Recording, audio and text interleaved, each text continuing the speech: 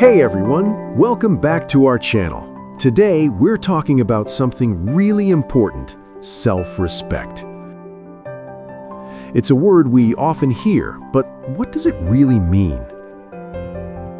Self-respect is about valuing yourself, your worth, and your boundaries. It's knowing what you stand for and what you're willing to accept in life. When you respect yourself, you're more confident, more empowered, and more likely to achieve your goals. But how do you build self-respect? Start by setting boundaries, prioritizing your needs, and being kind to yourself. Surround yourself with people who uplift you and avoid those who bring you down. Remember, you teach people how to treat you.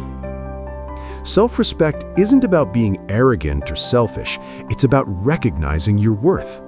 When you respect yourself, you're more likely to take care of your physical and mental health, pursue your passions, and live a life that aligns with your values.